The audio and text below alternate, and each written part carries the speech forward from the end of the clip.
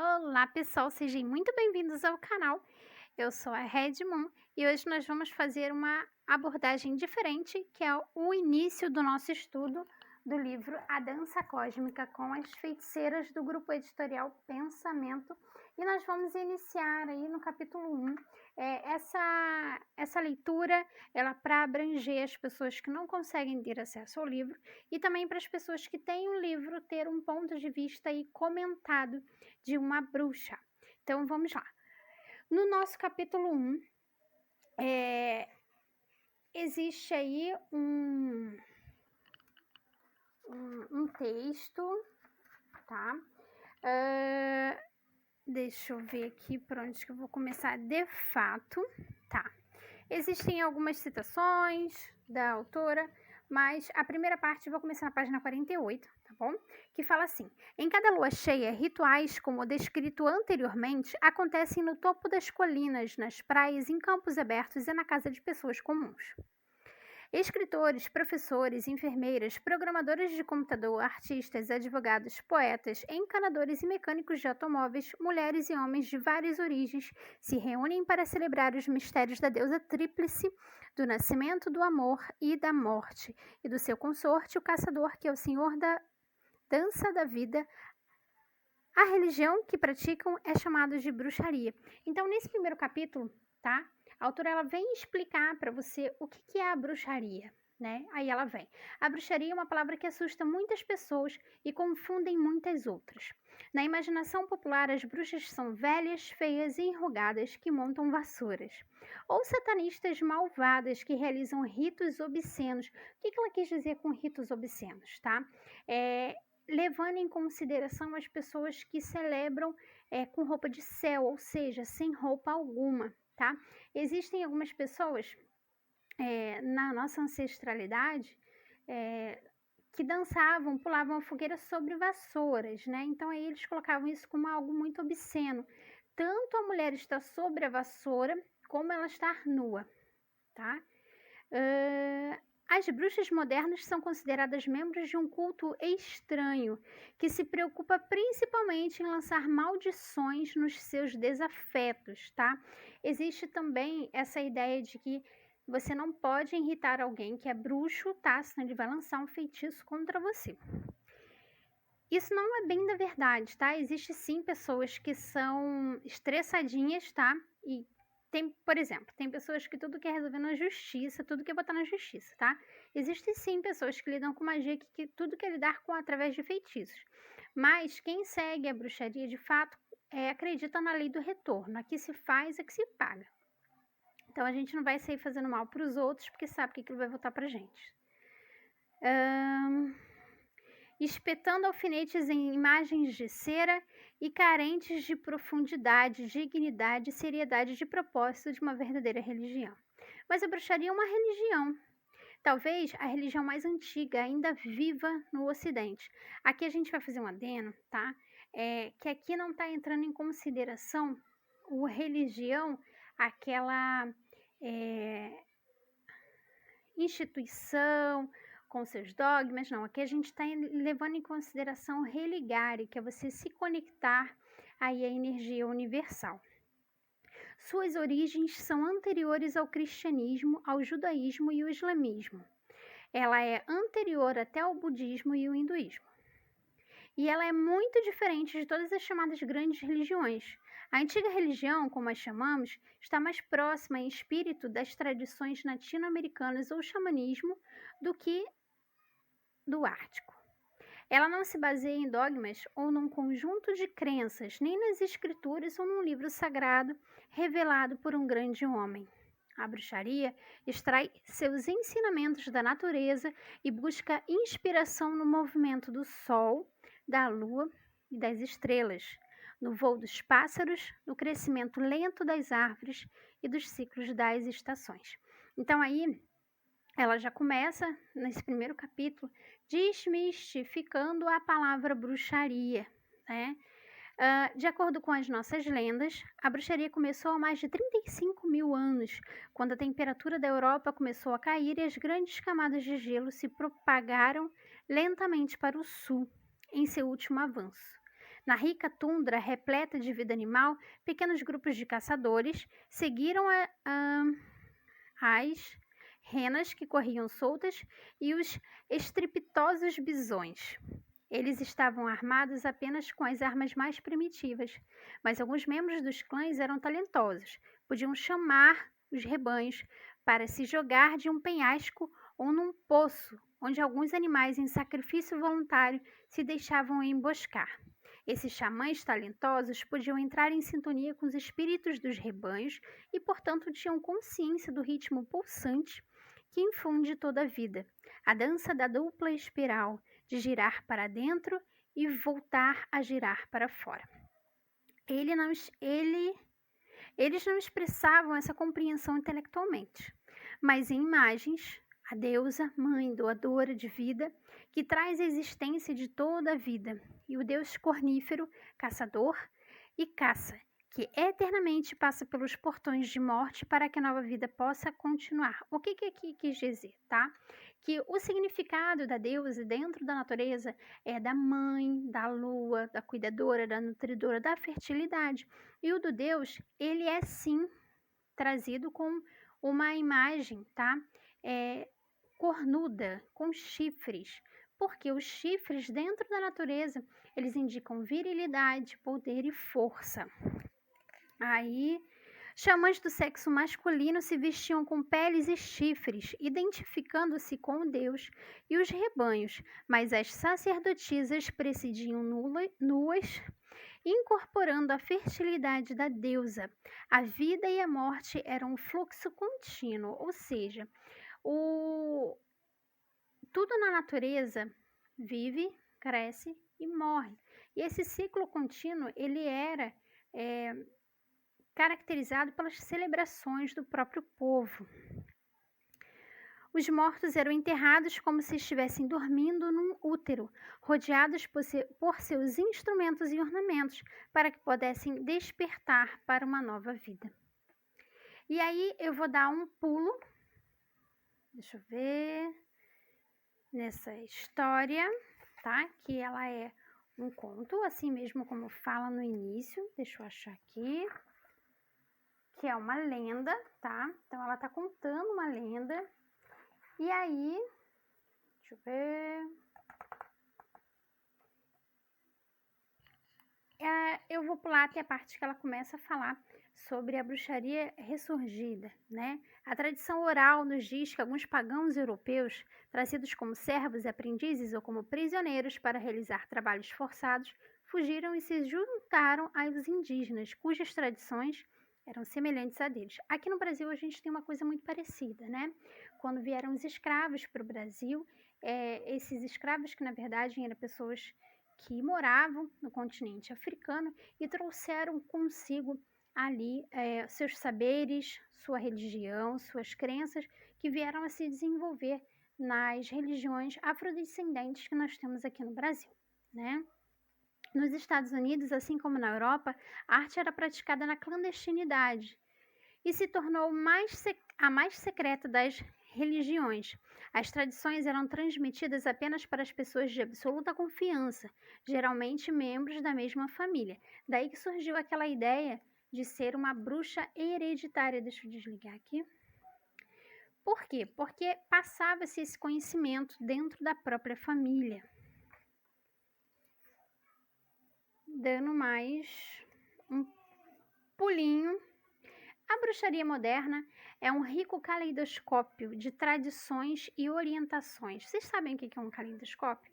Ele é como se fosse uma luneta, tá? Que conforme você gira, como se fosse uma luneta que você gira, né? E as imagens, elas se misturam, tá? Como se fosse um mosaico. Então, por isso que fala que a bruxaria moderna é como um rico caleidoscópio de tradições e orientações. Os covens, né, que são os grupos pequenos e unidos que formam as congregações de bruxaria, são autônomos, tá? E ainda hoje, o nome que nós damos ao conjunto de bruxas é de coven, tá? Deixa eu ver. Mais uma parte que eu tinha marcado.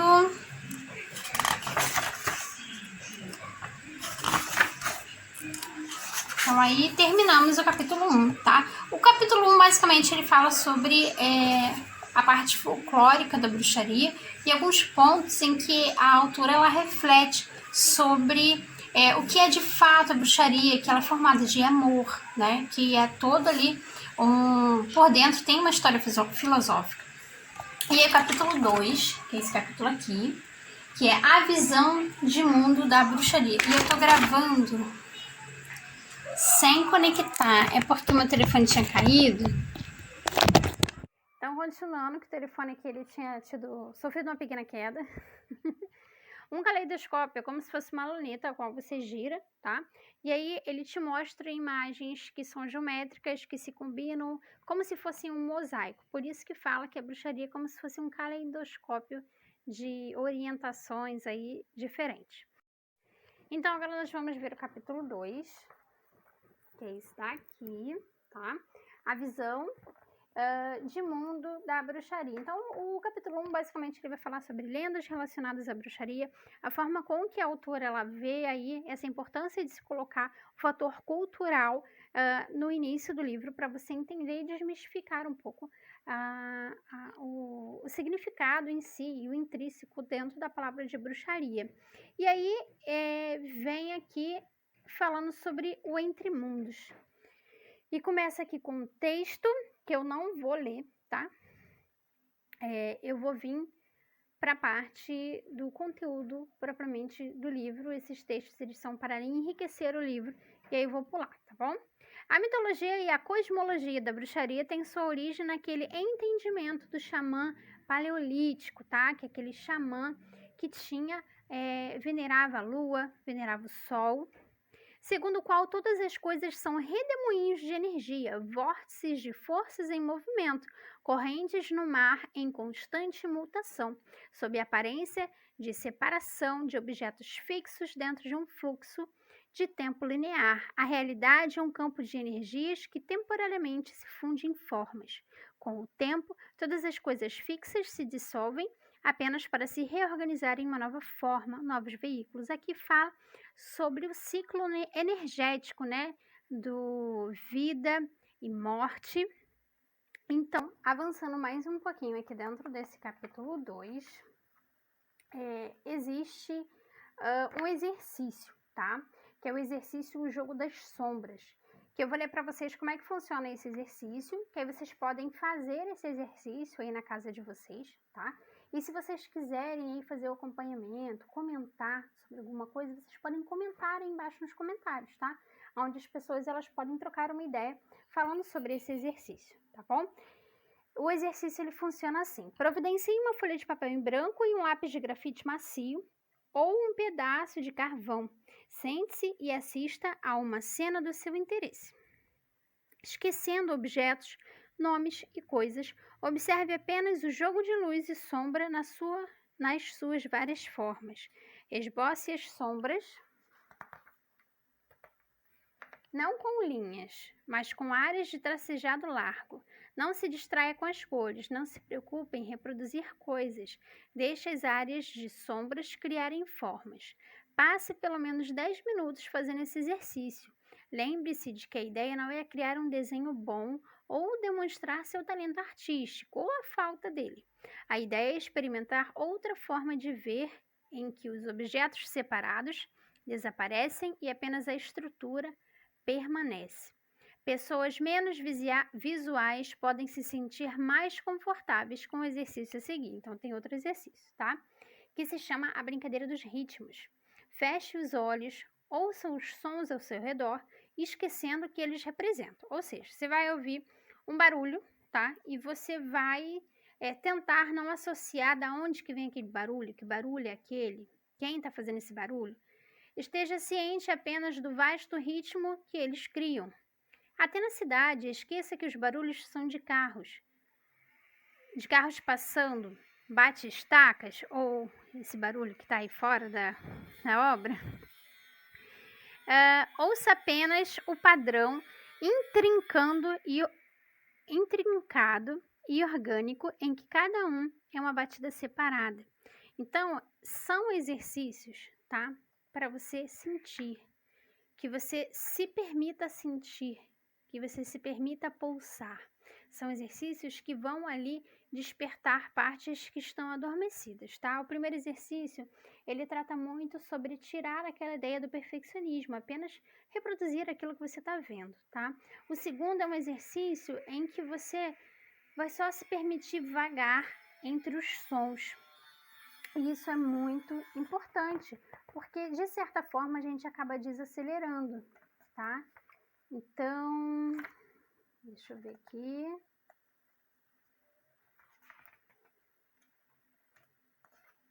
Aqui vem um mito.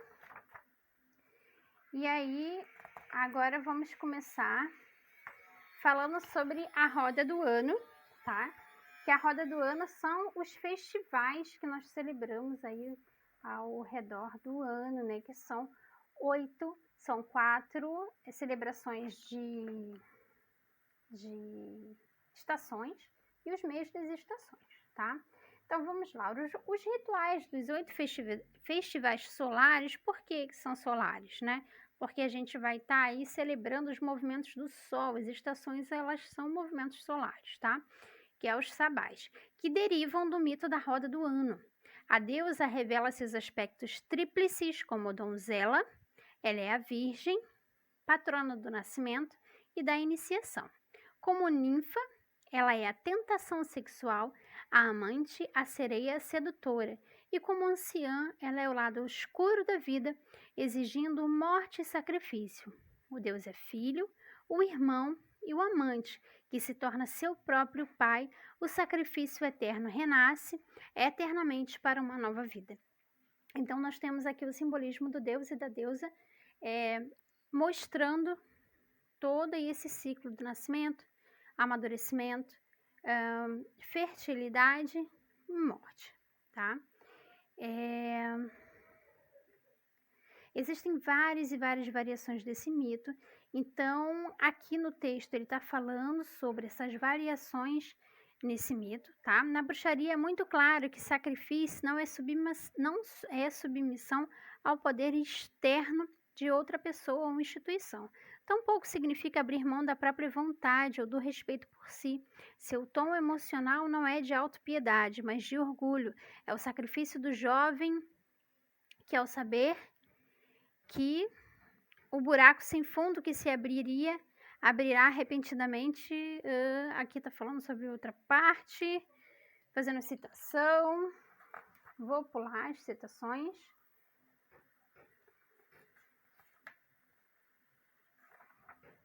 E aí, terminou. Olha só, vamos fazer o seguinte, tá? O capítulo 1, ele fala muito sobre desmistificação sobre a bruxaria. Ele traz exemplos, ele traz mitos, ele traz ali formas que exemplifiquem isso de forma que você possa compreender de fato o significado da bruxaria e você acaba descobrindo o seu próprio significado para a bruxaria. O capítulo 2, por ele falar entre mundos, tá? Ele fala dessa ideia transcendente do Deus e da deusa e como que isso é celebrado da natureza, né? Porque existe aí o mito, que o mito ele é o quê? Ele é uma história, tá? Que vai ilustrar aquelas energias. E aí também fala sobre a roda do ano, que aí é algo muito importante, falar sobre a mudança da natureza, esses vórtices energéticos que são as mudanças das estações e como aquilo se reflete dentro de você. E o capítulo 3, ele vai falar sobre Coven, que é esse daqui, deixa eu pegar para não derrubar o telefone, que é sobre Coven, tá? E deixa eu ver se ele é muito longo. Ele é um pouquinho longo porque ele tem bastante exercícios. Ele tem mais de 19 exercícios. Tem 19 exercícios, por isso que ele é bem longo, tá? Então, o Coven, o que é o Coven? Tá? O Coven é um grupo de apoio da bruxa, tá? Ele é um grupo de expansão da consciência, um centro de estudos psíquicos, um programa de treinamento. É como se fosse uma escola, tá? De mistérios. Um substituto do clã, que hoje em dia não tem mais, né? É uma congregação, sim, religiosa. tudo numa coisa só. Por tradição, num coven forte, o vínculo é mais próximo do que de uma família, tá? Por isso que dentro de coven existe aquele gostar, aquele querer bem do outro, como se fossem realmente irmãos. A estrutura do coven torna a organização da bruxa muito diferente da maioria das outras religiões. A arte não se baseia em grandes multidões amorfas que se conhecem apenas superficialmente, nem em gurus com seus devotos e discípulos. Não existe uma autoridade hierárquica, nem um Dalai Lama, nem um Papa. A estrutura da bruxaria é celular, baseada em pequenos círculos, cujos membros compartilham um profundo compromisso entre si e com a arte. Então, aqui ele fala sobre a importância de você estar no coven, tá? A importância de você ter um grupo, a importância de você fazer parte de outros iguais. Por quê? Porque um dá força para o outro, um ajuda para o outro, um dá motivação para o outro. Muitas das vezes a gente fica desanimado, a gente tá sem força para fazer um ritual, alguma coisa assim, e aí você entra em contato com o outro, você vê que o outro está animado, aquela animação contagia, né? E aí ele vem falando sobre a importância disso na vida da gente, tá? Deixa eu ver. E aí, depois ele vem trazer os exercícios, tá? Esses exercícios têm exercícios para sentir energia em grupo, exercícios de respiração em grupo, exercício de ancoramento da árvore da vida. Eu vou fazer o seguinte, alguns desses exercícios que eu julgar ali importante e necessário, eu vou trazer para vocês, eu vou deixar um link aqui embaixo do blog Tríade Mística, que é um blog que eu vou estar colocando para vocês alguns exercícios que eu vejo que são simples, que são fáceis para poder fazer, tá bom? Igual, por exemplo, não, vou ilustrar para vocês, tá? Vocês estão começando a trabalhar com bruxaria, vocês que já trabalham com bruxaria, eu quero frisar a importância, tá, de um exercício de visualização. Porque quando você vai fazer um feitiço, quando você vai fazer um ritual, você precisa utilizar a visualização para você projetar aquela energia. Quanto mais vívida você projeta aquela energia, mais fácil é daquilo se tornar realidade, tá? Então, existe um exercício, que é o exercício da maçã, esse eu vou passar aqui para vocês, que eu já tinha marcado, e ele é muito importante, tá? Você vai visualizar uma maçã, segure-a nas mãos, tudo na sua cabeça, tá? Na visualização. Você vai visualizar a maçã, vai visualizar que você está segurando essa maçã. Então, você vai girar ela, você vai sentir a forma, o tamanho, o peso, a textura, a cor, o reflexo da luz na casca. Leve até perto do nariz, cheire, morda, experimente seu sabor. Ouça quando seus dentes trincam a polpa, mastigue a maçã, sinta-a descer pela garganta. Observe a maçã ficando menor à medida que você come. Depois de comê-la até o miolo, deixa desaparecer. Repita o mesmo com outros alimentos. As casquinhas de sorvete também são excelentes objetos para fazer esse exercício. Então é importante que você treine a sua visualização diariamente, tá bom? Então eu vou ver aqui um outro exercício e vou colocar para vocês. Deixa eu ver aqui. E aí eu finalizo esses 3 capítulos. Lógico, claro e evidente que eu estou fazendo um resumo, né? Estou passando por cima algumas questões do livro para vocês terem uma noção do que se trata, né? O livro, e terem uma ideia. Esse livro é riquíssimo, pois ele traz muitos exercícios diferentes e às vezes você não se adapta a um tipo de exercício, você pode facilmente fazer outro. E isso é muito importante aí para a sua jornada, fazer sempre exercícios. Ler é importante, estudar é importante, mas colocar em prática é algo ali que é essencial, né? As duas coisas devem andar lado a lado. Tanto o conhecimento intelectual como a sabedoria, que é o conhecimento sabiamente vivido. E aí eu finalizo com vocês. E o próximo vídeo vai falar sobre o capítulo 4, que é a criação do espaço sagrado, que é falando sobre o círculo mágico de proteção, tá? Então aí eu vou trazer outros capítulos para vocês. Então se vocês gostaram, deixe seu like, se inscreva no canal, deixe seu comentário de qual livro vocês gostariam que eu trouxesse aí para vocês. Vou deixar o link também do grupo editorial Pensamento, caso você queira ali adquirir o seu livro. Um beijo enorme e tchau, tchau.